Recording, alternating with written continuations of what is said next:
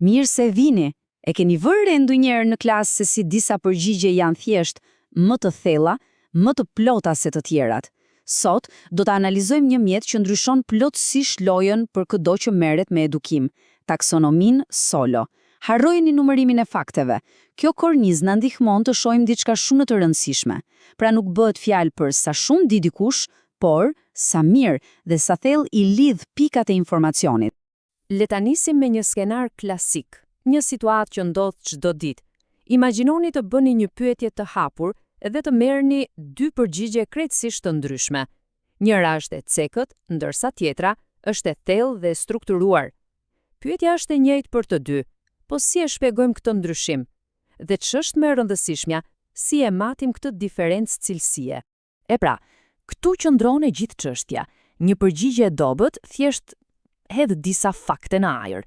Është si të lexosh një listë pazari. Ke qumësht, vezë, bukë, por nuk ka asnjë histori aty. Ndërsa një përgjigje e fortë i merr ato fakte dhe i ndërthyr, i lidh bashkë për të krijuar një argument të plot. Pra, diferenca nuk është te sasia, por te struktura. E po pikërisht për të analizuar këtë ndryshim cilësor, na duhet një mjet i veçantë. Dhe ky mjet është taksonomia Solo. Mendojeni si të vësh një palë syze speciale që të lejojnë të shohësh përtej fjalëve. Ato të tregojnë strukturën që fshihet pas tyre dhe na japin një gjuhë të përbashkët për të folur për thellësinë e të kuptuarit.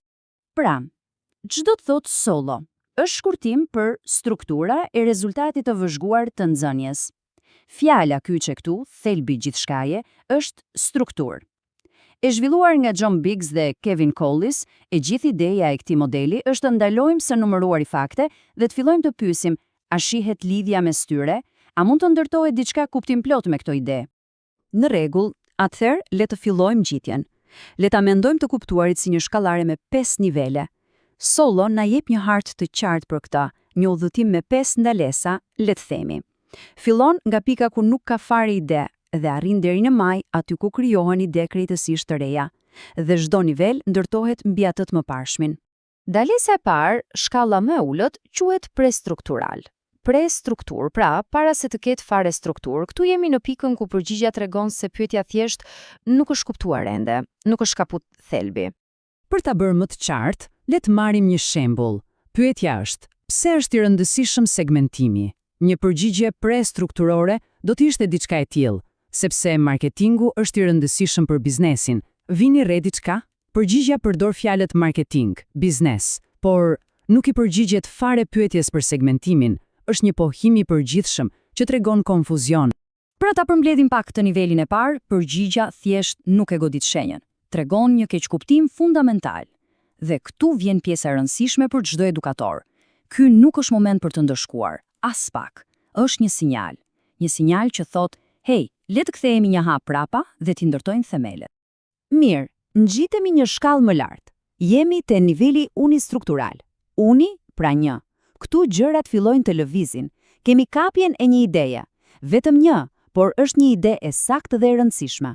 Ky është hapi i parë real drejt të kuptuarit. Ti kthehemi shembullit ton. Një përgjigje unistrukturore do të ishte kjo. Segmentimi është i rëndësishëm sepse ndan klientët. E saktë? Absolutisht. E rëndësishme po. Por, kaq, kemi vetëm një fakt, një pikë, që qëndron e vetme, e izoluar. Pra, tipari kryesor këtu është thjeshtësia. Një fakt, pa kontekst, pa shpjegime të mëtejshme. Dhe këtu, roli i edukatorit është kaq i fuqishëm. Një pyetje fare thjesht, por që bën mrekulli. Okej, po tjetër. Çfarë tjetër mund të thuash? Kjo pyetje është çelësi për të hapur derën e nivelit pasardhës. E po, le ta hapim atë derë dhe të kalojmë te niveli i tretë, multistruktural. Multi, shumë. Siç e thotë edhe emri, këtu nuk kemi më një ide të vetme, por një listë idesh. Por, dhe ky por është i rëndësishëm, idet janë ende të shkëputura, si çopa puzzle të vjedhura mbi tavolinë pa u lidhur. Ja si do të tingëllonte përgjigjja jon tani. Segmentimi ndan klientët, ndihmon marketingun, kurse në kosto rrit shitjet. Shikoni, të gjitha këto janë të vërteta, të gjitha janë të rëndësishme, por çfarë kemi këtu? Një listë faktesh, akoma nuk kemi një argument. Ky është niveli më shumë është më mirë, kur sasia dominon mbi cilësinë. Dihen shumë gjëra, por ato nuk janë të lidhura. Pra, përgjigja ka gjërsi, por i mungon thellësia. Dhe pyetja jon magjike tani evoluan. Nuk është më, po tjetër. Por, okay, si lidhen të gjitha këto bashk? Kjo është pyetja që nis ndërtimin e urave. Dhe sa po fillojmë t'i ndërtojmë ato ura, mbrim në nivelin e 4, relacional. Këtu fillon magjia e vërtet. Këtu copat e puzzle-it nuk janë më të shpërndara. Ato fillojnë të lidhen dhe papritur shohim një pamje të plot dhe koherente. Le ta dëgjojmë sërish përgjigjen, por këtë herë në versionin relacional. Segmentimi është i rëndësishëm, sepse duke ndarë klientët në grupe, kompania mund të krijojë oferta specifike, të përdorë më mirë burimet dhe kështu të rrisë efektivitetin e marketingut. Ai dëgjuat fjalët kyçe, sepse duke ndarë mund të krijojë. Këto nuk janë më faktet izoluara, janë hallka në një zinxhir logjik shkak-pasojë. Pra, ja ku jemi. Thelbi i këtij niveli është argumenti. Nuk është më një listë, por një histori koherente, një rrjet idesh që funksionojnë së bashku. Për shumicën dërmuese të rasteve në arsim, ky është objektivi. Kjo është një përgjigje e mirë, e plot, që tregon se koncepti është kuptuar thellësisht. Por, a mbaron këtu? A është ky fundi i rrugës? Jo, ka edhe një shkallë tjetër. Maja e malit. Niveli i 5. Abstrakti i zgjeruar. Këtu, dia bëhet më shumë se e thellë, bëhet fleksibël, fillon të aplikohet në fusha dhe kontekste krejtësisht të reja. Një mendje që operon në këtë nivel nuk i përgjigjet thjesht pyetjes. Ajo e merr pyetjen dhe e çon më tej. Segmentimi nuk është vetëm një mjet marketingu, por një logjik strategjike që mund të aplikohet edhe në menaxhimin e burimeve njerëzore apo shërbimet publike, ku kuptimi i grupeve me nevoja të ndryshme rrit efikasitetin e çdo sistemi. Vini re, nuk flasim më vetëm për marketing, flasim për logjik strategjike, për efikasitetin e çdo sistemi. Koncepti ka dalë nga kutia e tij. Kjo është pikërisht diferenca mes të parit të pemëve dhe të parit të pyllit. Në këtë nivel, koncepti bazë thyen kufit, bëhet një parim i përgjithshëm, e lidhet me teori të tjera dhe shndërrohet në një mjet për mendim kritik dhe abstrakt. Kjo është maja e të menduarit. Kjo është ekspertiza. Në rregull, kjo ishte ngjitja nëpër 5 nivelet. Fantastike si teori, por ç'na hyn në punë në praktik? Si e përdorim këtë në klas, çdo ditë? E po, fuqia e vërtetë e Solos shfaqet pikërisht këtu, në 2 fusha kryesore, vlerësimi dhe feedbacku. Le të fillojmë me vlerësimin. Një nga përdorimet më të fuqishme është krijimi i rubrikave. Shikoni këtë tabelë. Çdo nivel i Solos përkthehet në një gamë të caktuar notash. Harojeni kriteret e mjegullta. Kjo është një strukturë e qartë, logjike dhe e justifikueshme.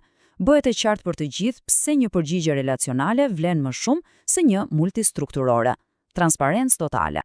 Por ndoshta, fuqia më e madhe e Solos nuk është te vlerësimi, por te feedbacku. Ajo e transformon plotësisht mënyrën si flasim për të mësuarit. Në vend të një komenti të thatë dhe demotivuesi përgjigje e dobët, imagjinoni këtë. Dëgjoj, kjo është një përgjigje e shkëlqyer multistrukturale. Ke identifikuar shumë pika të rëndësishme. Hapi tjetër për ty është t'i lidhësh këto pika. A e ndjeni ndryshimin? E para është një rrugë pa krye, e dyta është një hartë, tregon saktësisht cili është hapi i radhës. Pra, në fund të ditës, gjithçka përmbledhet këtu. Solo na mëson të ndalojmë së pyeturi sa gjëra the, dhe të fillojmë të pyesim sa mirë i lidhe ato gjëra, sa larg arritet t'i çosh. Kjo e kthen vlerësimin nga një akt final gjykimi në fillimin e një bisede të re. Dhe kjo, ndoshta, është pyetja më e rëndësishme për të gjithë ne. Si mund ta shohim çdo përgjigje jo si një fund, por si një derë të hapur për hapin tjetër të mësuarit?